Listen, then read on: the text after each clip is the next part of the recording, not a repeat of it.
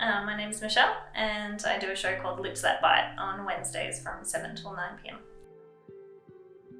I would describe Lips That Bite as a show that celebrates passionate music, emotional music, and music as a form of self-expression and a form of resistance to oppression, as well as the kind of the music that I'm interested in. It ranges from anything from feminist punk anthems to heartbreaking soul ballads, and has a focus on, I guess, feminist music or music by women, non-binary, femme and gender non-conforming artists.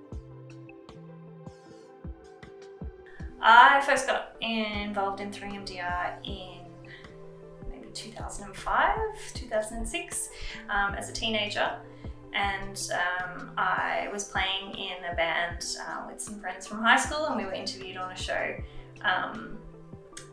when we were teenagers, and just kind of really liked doing the interview and talking about music and stuff, and so decided to apply for our own show. I started off doing a show called Trumplemont, which was kind of just a mixed music show of whatever we were into, with a friend of mine, and then we started kind of thinking a little bit more, I guess, about the music industry and our place in it, and moved into like a specifically feminist show called Chick Habit that was about helping to correct the gender imbalance on community radio and radio in the music industry kind of generally. So we're focusing on women and GNC and non-binary artists for a while, and then a couple of years ago I started doing my own show. A lot. For it to be a good show, I'd say about 8 hours of solid work, researching, trying to find new music that you haven't played before, making sure there's a lot of local or Melbourne-based artists represented on the playlist, and then putting it together in a structure, particularly for a show like mine where I jump across different genres. I like to make sure that there's a nice kind of flow, and then putting together the notes and everything. Yeah, it takes a lot of time, a lot of research to do it well.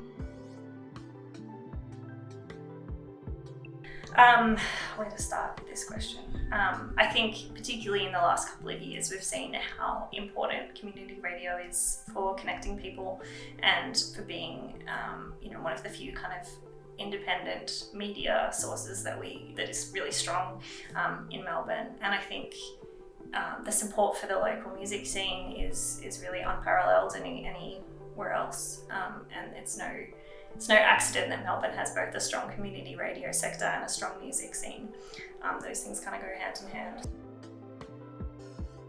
It's also really important to have that support from listeners, so that stations don't have to sort of rely on funding from other sources. I think that's a really boring answer for that question, but in thinking about how we finance the station, I think too much reliance on the government funding is really volatile and is really dangerous.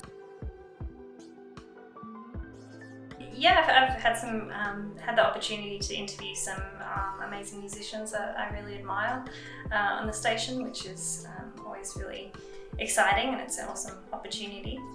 Moving to Forest Park Homestead was definitely a big highlight, and just seeing the potential for the station to grow has been really amazing. Getting to meet a bunch of weirdos who are kind of like me, sort of, but also, into completely different music or from completely different places in the community is a really big highlight. And just getting to share the music that I love with listeners is, I feel very privileged to have the opportunity to do that.